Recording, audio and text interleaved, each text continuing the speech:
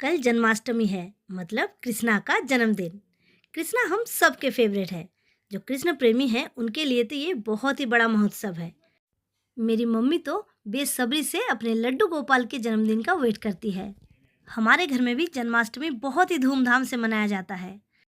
कहते हैं भगवान कृष्ण को ताल फल बहुत पसंद थे, इसलिए इस दिन ताल का बहुत सारा पकवान भगवान को भोग चढ़ाया जाता है। तालेर लूची, तालेर खीर, तालेर बड़ा, ये सब बंगाली घरों में ज़रूर बनता है जन्माष्टमी के दिन। बहुत लोगों को ये सब बनाना तो आता है, पर कंप्लेन रहता है कि बनाने के बाद थोड़ा कड़वा लगता है खाने में। तो चलिए आज मैं आपके साथ शेयर करूंगी कि कैसे ताल का पल्प निकालना है और ये कड़वा ना हो, इस चीज़ को हम कैसे मैनेज करेंगे।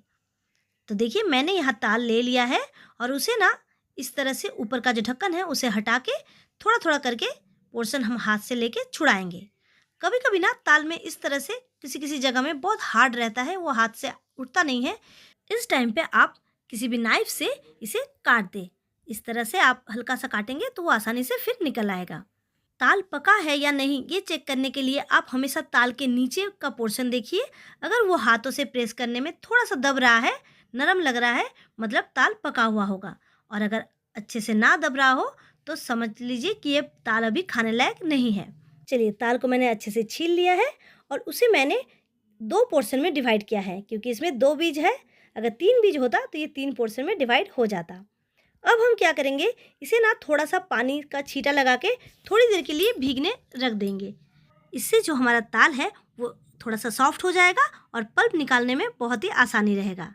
चलिए 15-20 मिनट के लिए हम इसे इस तरह से छोड़ देंगे और 20 मिनट बाद देखिए ताल का जो बीज है वो कितना नरम हो गया है पहले से। इसका पल्प आसानी से हाथ में आ रहा है। अब हम क्या करेंगे, ये जो बीज है ना इसे हाथों से थोड़ा सा दबाएंगे इस तरह से और हल्के हाथों से इसे थाली के ऊपर हल्का हल्का करके पटकेंगे।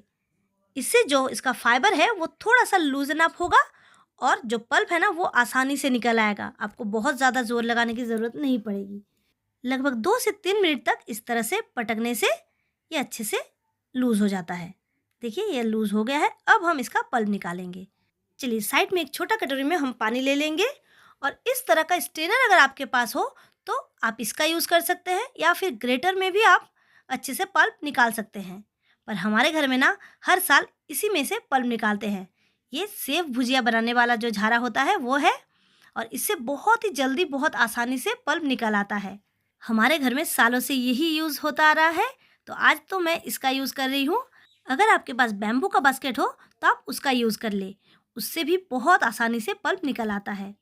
चलिए हम इसे इस तरह से घिसेंगे और बीच बीच में पानी का हाथ लगाएंगे।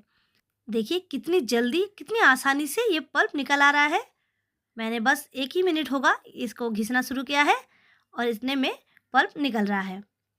लगभग 10 मिनट में आपका सारा पल्प निकल जाएगा। देखिए मैंने सारा पल्प निकाल लिया है और किचन थोड़ा सा मेसी हो गया था तो मैंने साफ़ कर लिया है। चलिए अब हम इस पल्प को ऐसे ही यूज़ नहीं करेंगे। बहुत जन ना ऐसे ही कच्चा यूज़ करते हैं, इसीलिए थोड़ा सा बिटर हो जाता है। जो तालेर बौड़ा है, तालेर लूची है, वो थोड़ा कड़वा लगता है खाने में। तो इसको हम थोड़ा तैयार करेंगे। इसके लिए हम ये पल्प को एक कढ़ाई में ले लेंगे और गैस को हम मीडियम फ्लेम में रखेंगे।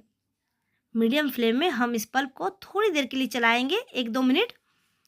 और जैसे ही ये गर्म हो जाएगा हम इसमें डालेंगे 2 चम्मच दूध। दूध डालने से ना इसका कड़वाहट बहुत हद तक कम हो जाता है। तो आप ये वाला प्रोसेस एक बार फॉलो करके देखें, आपका कंप्लेन बिल्कुल नहीं रहेगा। चलिए अब हम इसमें डालेंगे चीनी। तो जितना हमने पल्प लिया था उसका 1/4 भाग हम चीनी डालेंगे। वैसे कोई एग्जैक्ट मेज़रमेंट फॉलो करने की ज़रूरत नहीं है, लगभग 1/4 भाग आप चीनी डालेंगे तो उससे ही काम बन जाएगा। चलिए अब हम इसे मीडियम फ्लेम में लगातार चलाएंगे और एक उबाल आने तक इसे हम पका लेंगे। दूध और चीनी दोनों ही ताल का कड़वाहट दूर करने में मदद करता है। अगर आप इस तरह से पल्प को तैयार करेंगे तो आप इसे फ्रिज में 3-4 दिन तक रख के भी यूज़ कर सकते हैं।